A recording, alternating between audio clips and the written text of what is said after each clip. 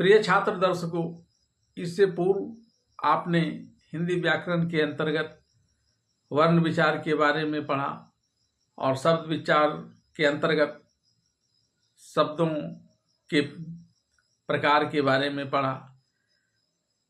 अब शब्दों की जो कुछ विशेषताएं होती हैं, खासकर जब प्रयोग के आधार पर शब्दों के बारे में जाना जाता है, तो आपने पूर्व में यह जाना है कि यह दो प्रकार से होते हैं, विकारी और विकारी। और विकारी के अंतर्गत संज्ञा, सर्वनाम, क्रिया और विशेषण आते हैं। आज इसके अंतर्गत संज्ञा के बारे में हम जानकारी प्राप्त करते हैं। संज्ञा किसी व्यक्ति, वस्तु, स्थान के नाम या भाव को कहते हैं। जैसे पटना, यह एक शहर का नाम है। भैंस, यह एक प्रकार के पशु का नाम है। भीड़, यह कई लोगों के समूह का नाम है। तो इसी प्रकार से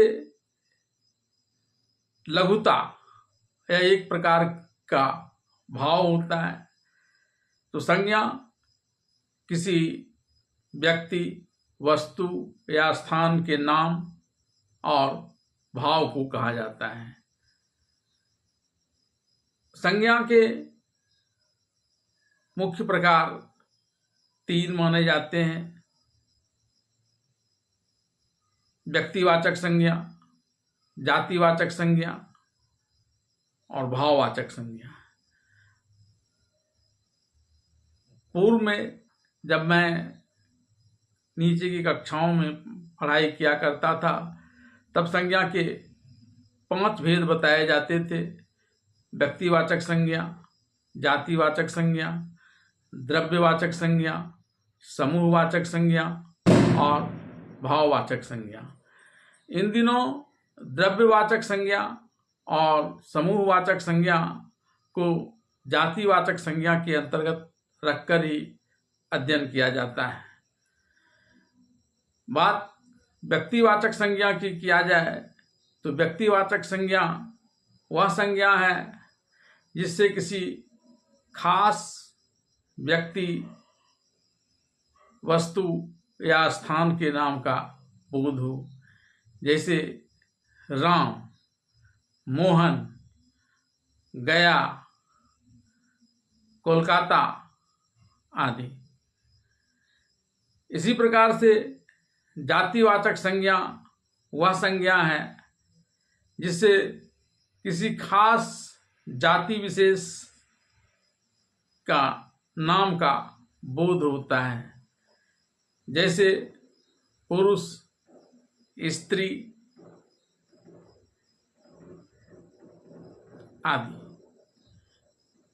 इसी प्रकार से जब समूहवाचक संज्ञा की अगर अलग से परिभाषा दी जाए तो यह भीड़ या समूह को इंगित करता है। जैसे मेला, भीड़ आदि। द्रव्यवाचक संज्ञा उस संज्ञा को कहते हैं जिसे मापा या तौला जा सके। जैसे सोना, चांदी, दूध, दही इत्यादि।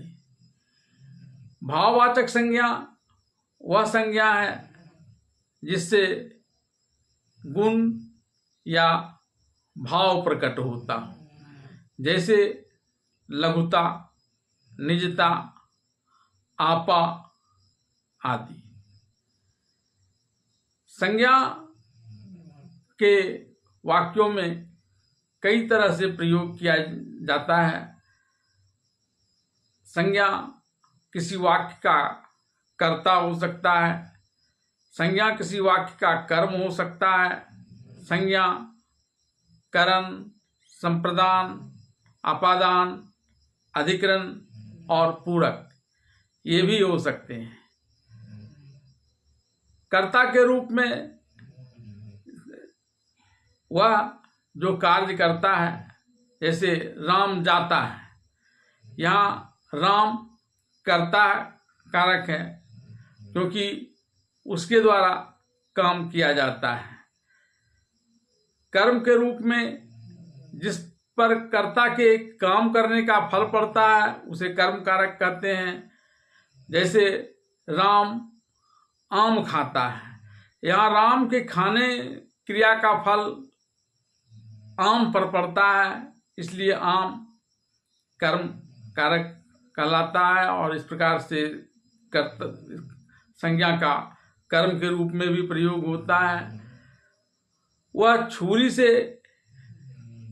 काटता है, यहाँ छुरी से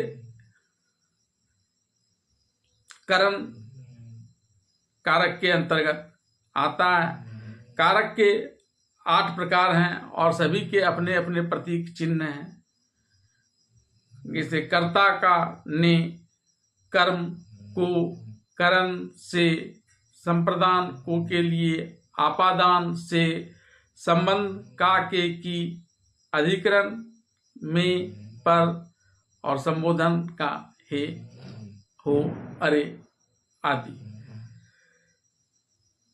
भाववाचक संज्ञा विभिन्न पदों से बनाए जाते हैं।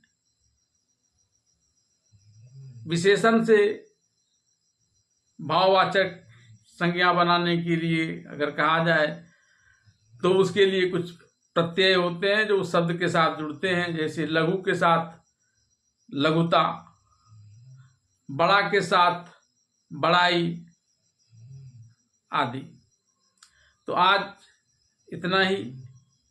आगे के कार्यक्रम में फिर संज्ञा के अन्य प्रकारों पर विचार किए जाएंगे।